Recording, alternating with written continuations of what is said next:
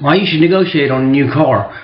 My name is Mark Marley. I'm here to convince you why when you go out to get a car, you should negotiate it. Negotiate it to the bottom line. Don't just look at the sticker price.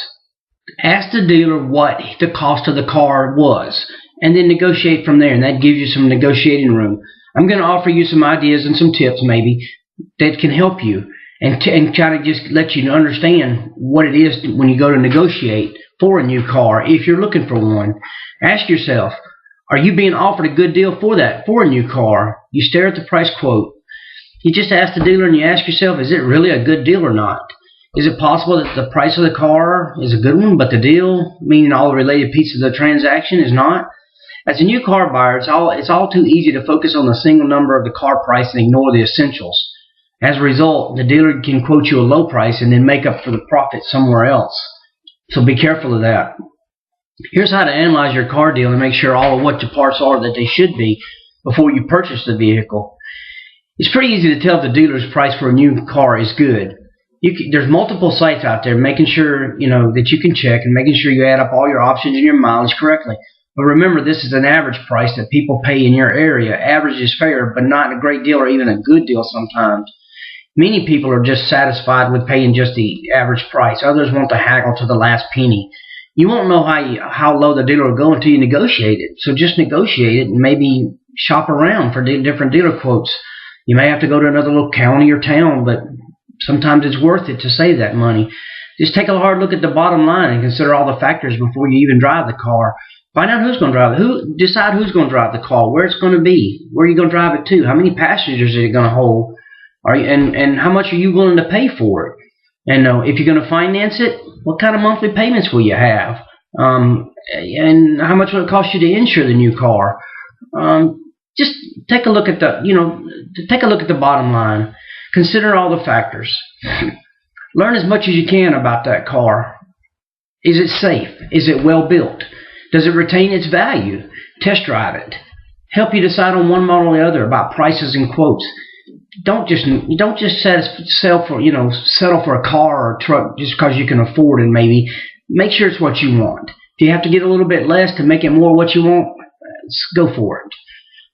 Before you commit to a model, though, you might want to research its safety and maintenance history through consumer reports, auto magazines, newspapers, stories, website reviews of the vehicle. Contact even the Highway Traffic Safety Administration, see if there's been any recalls on this vehicle. There's multiple resources out there. Once you've picked an option package, trim level, possible color, you're ready to go shop now. Research the vehicle pricing through auto sales websites, dealers, newspapers, ads, consumer advocacy, and rebate information. Go through that. It's a little homework and a little work, but it's worth it in the end because you will have the bargaining power. You will have the negotiating power. You will know what's up front before you get there. So that gives you, like we're doing in education, the smarter you are when you get there, the better deal you can probably get. Investigate other financing options besides the dealer. You might get a better rate at a credit union or a bank. Work the phone and the internet. Find a dealer with your car you want. Then bring your research, pricing, rebates with you. Ask lots of questions. Show that while you're not in a hurry, you are serious about getting a fair deal. Be rested, well fed. Negotiate from your car. Negotiate for your car. You want to be alert, comfortable, in your element. Be ready to walk if you don't get the price you're looking for. If you don't get it, so be it. Don't let your heart drive your head. Ask the dealer about special ordering the exact options and color for the vehicle if you don't see what you want on the lot. It may take a month or so for your car to be delivered, but if you're not in a rush, this could be the way to go. Also ask about the dealer's cars, which may have a few miles on them but are a lot cheaper. If you're satisfied with the price of the vehicle, now it's time to get down to the nitty-gritty. Sign the contract. Read it carefully, though. Don't just sign it. Spell out the price. Make sure it spells out the sale price, down payment, trade-in value of your previous car if you're going to have one. Destination charges, sales tax, total cost and loans. Make sure no extras costs are added that y'all didn't discuss. Manufacturers pay the dealer to get a car ready for its new owner. So try talking the dealer out of a dealer prep fee. Okay? They're going to try to sell it to you. They want to sell them anyway. So If you're, discuss warranties and understand what they cover. Compare warranties on vehicles using the manufacturer's websites even. And there's other resources out there too you can use. When you sign the contract, write your check, show proof of insurance to fill out the paperwork for the Department of Motor Vehicles. Inspect the car before you take it. Inspect it before you take possession of it. It's your chance to catch any manufacturing irregularities as well as damage to the body, which the dealer should fix at no cost. Be aware that if you push too hard for a new price of the new car, the dealer might try to find his profits elsewhere in the deal. For example, he might set a lower trade-in price or include the sale of an extended warranty. So be aware of the prices that are unrealistically low. If a dealership offers you a car below invoice price and there's no incentives to explain it, you might want to go somewhere else and proceed with a little more caution if you decide to stay where you're at. Now that you know how good the price of the car is, let's look at the other pieces of the deal. Incentives and rebates have become a big part of buying cars in the recent years. They can save you thousands of dollars. The group of money savers includes cash rebates, low interest financing, lease specials. It also includes dealer cash, which is a hidden incentive described. So be careful. Check on the rebates and incentives that are available in your area and make sure that the dealer correctly applies any incentives for which you're eligible to the purchase price. When it comes to consumer cash rebates, the rule thumb is to negotiate your lowest price and then subtract them. Trade-in prices. Trade-in prices are very convenient to trade in your old car to dealership, but many shoppers look at only the purchase price of the new car, can throw away thousands of dollars by just accepting too little for their trade-ins. Determine the value of your old car by looking it up. Remember to include all the options on the car and its mileage when you calculate it. And be realistic about the condition level. Almost no used car is outstanding.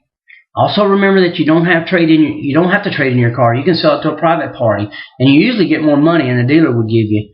You can even take it to CarMax, where the prices sometimes beat dealer trade-in offers. Legitimate and bogus fees too is an issue. It's a good deal.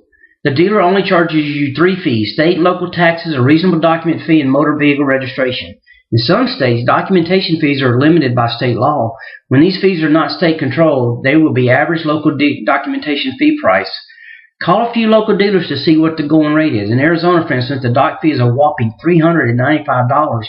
Florida is also known for having high documentation fees. Some dealers will invent their own fees, which officials sound names, and add them to the contract. You need to find out about these fees as soon as possible, since these extra charges might not be enough to convince you to shop elsewhere. Many such fees range from $200 to $400 and have names like dealer prep. Sometimes it will be abbreviations such as D&H. With popular or recently introduced cars, a dealer might add a market adjustment fees that can be thousands of dollars. These are just additional charges you can negotiate. Financing. Some car shops are loan best possible interest rate loan before you go to the dealership. It's a good idea to get pre-approved financing from an independent lender, particularly if you're someone with imperfect credit. Then you can go with a car lot with a blank check, which has a credit limit by the lender, and negotiate as a cash buyer. The dealer might still be able to beat your lender's pre-approved interest rate, but with the loan in hand, you have an excellent bargaining chip. With the money up front, they'll bargain. With a good price, a good trade-in, or used car sale at the right application of incentives and rebates, you might have put together a great deal. But if you drop your guard when you walk into the finance office and sign your contract, you run the risk of purchasing overpriced or unnecessary products. Examples include the paint protection package, $275 for pinstriping and a wax job, VIN etching, $100 for etching the vehicle identification number into the car's major parts, or perhaps an unnecessary additional alarm system. Extended warranties can be valuable, but dealers often inflate the price or hide the true cost in the sales contract. Once you have all the pieces of the deal before you, we recommend giving consideration to a few intangibles. Customer service, for example. Do you find the salesperson responsive, knowledgeable, and efficient? Do you have confidence that she or she will honor the deal and continue to be responsive to your needs after you close the deal? And what about the dealership itself? Is it part of the community? Is it convenient for you to service at visits? You consider it worthwhile to pay a few $100s for your car once you consider the importance of these other issues. And before you make another round of calls, trolling for deeper discount or playing dealers off against each other, ask yourself, is it worth your time? If you still believe you can still save $1,000 or more, then go for it. But if you're negotiating a narrow range where you're only maybe going to save a couple of $100, it might be worth it because you don't have as far to travel to get it serviced and other things. The purchase of the price is the only number of factors that can affect the actual amount of the car you spend on a new car. If you know what you're looking for, you can be like a chess player. Always look for several moves ahead. You want to negotiate a deal that is good in all aspects, not just the price.